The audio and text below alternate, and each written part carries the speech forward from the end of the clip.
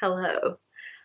Please excuse my bearish face. Quarantining at home has been very interesting, but I'm fine. I'm doing a lot, keeping myself busy. I hope you all are.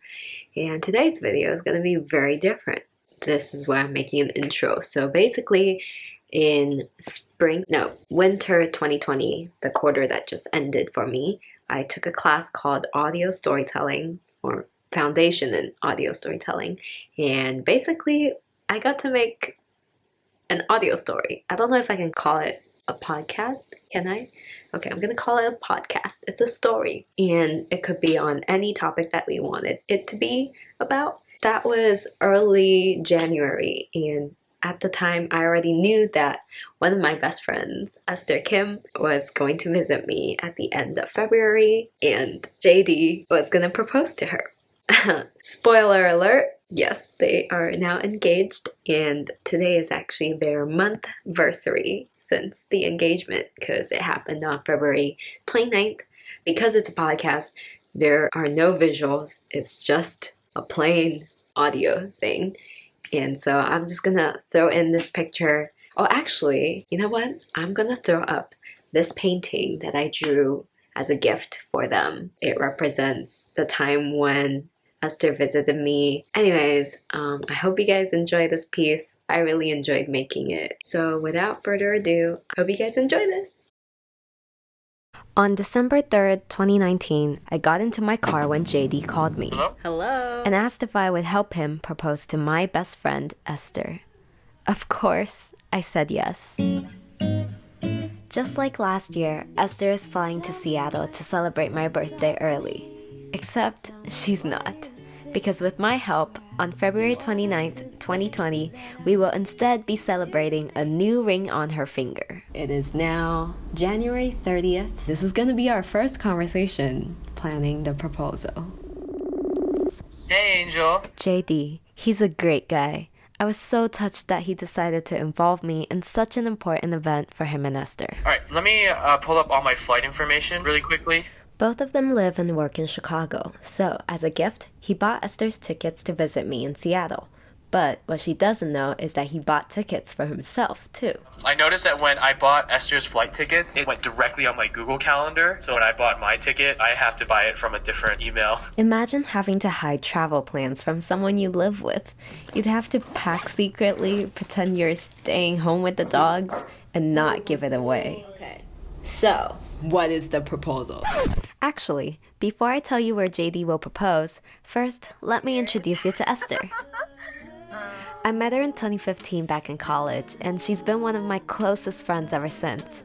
So I told her that I needed help with my audio storytelling project, which is not a lie, and I asked her to answer a few questions about her current relationship. So we've been dating and we've been together for 2 years and 5 months. 3 or 4 years ago is when we first met and we were friends. We stayed connected through social media, and so when I posted about traveling, when I went to go see you in Seattle and I got ice cream, he commented saying, "Oh my god, I love that place." That place. Was it Molly Moon's? Mm-hmm. We were talking about their waffle cones and how I like the smell, and it's so good. So it was Molly Moon's that brought y'all together. It was me visiting you that brought us together, yes. My heart. That was the first time when she visited me in Seattle. The second time, JD came with, and we revisited that same Molly Moon's. This is where he's gonna propose. But because I knew that Esther was already expecting to be engaged this year, I had to be extra careful and creative in order for this surprise to work.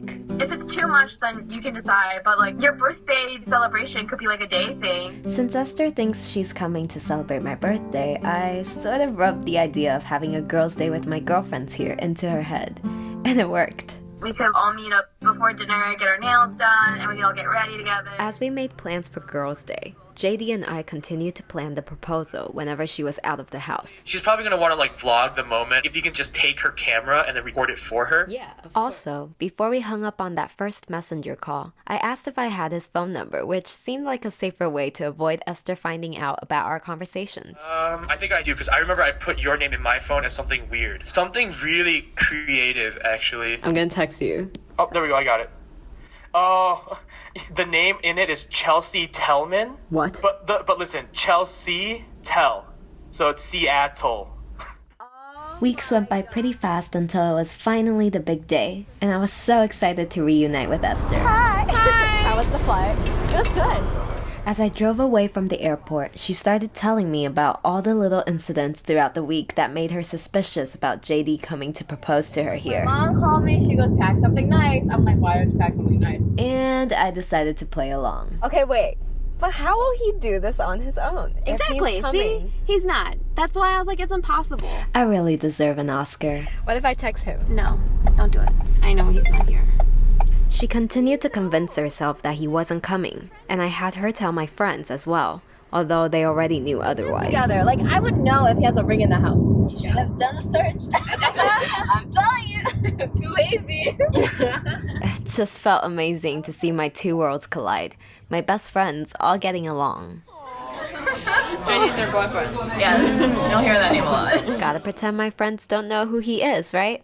After lunch, Esther finally pulled out her vlogging camera while we had dessert. So I'm in Seattle. Yay! We're gonna have a girls' day. And go celebrate. Her birthday. 2 weeks in. Sure, my birthday. Thanks to my friends, Esther had no idea we were recording audio almost all the time. My friends even recorded themselves reacting in the other car. Oh my god, I'm so excited. I don't even know what to say. I can't imagine how it is for like Angel, right? No, I feel like I could cry right now. So I mean, Angel's probably just all this stuff like bubbling in her heart and just like about to explode. She's right. Every time I looked at Esther, I could feel my heart beating faster. But I was on a mission, and I wasn't going to let my emotions ruin the surprise. So we just left the dessert place and now we're gonna get our nails done. Yay. Esther decided to go with this plain white look with silver glitter on only her ring finger. It was perfect. The next few hours went by so fast. We did each other's hair and makeup, and then pretended that we were running late to our dinner reservation. The girls in the other car arrived at Molly Moon's before we did, and as we approached, they were already acting and taking pictures in front of the store. They made me pose with Esther, and I knew that JD was going to walk up from behind us. So after that last hug, I turned her around. That's when she finally noticed JD, who was photobombing us the whole time. How are you? As Esther was still taking deep breaths, JD started to make his heartfelt speech. I would want anyone else in my life to spend the rest of my life with. So with that being said, Then he got down to one knee Esther, and pulled out the ring to ask. will you marry me? Yes? Is that a yes? She didn't say yes out loud, but she kept nodding, and her face said it all. So everyone was in on it. It was so good! I knew! Damn it. So close. During our celebratory dinner, we laughed as we spilled all our behind-the-scenes work. And then JD said something that made me cry. When I was planning the engagement, the first person that I thought of that I wanted to make sure that I knew was Angel, because I knew how much she loved you and how much she would like really wanted to make this a special moment, a special day for you. He's right. I am so happy for them. We spent the next few days together too, and their joy was really contagious. Esther, you're engaged. Oh, thank you! So are you? Oh, thank you. Yes. Then, in a blink of an eye, it was time to say goodbye. So while we had our last meal together before their flight, I asked how they were feeling post-engagement.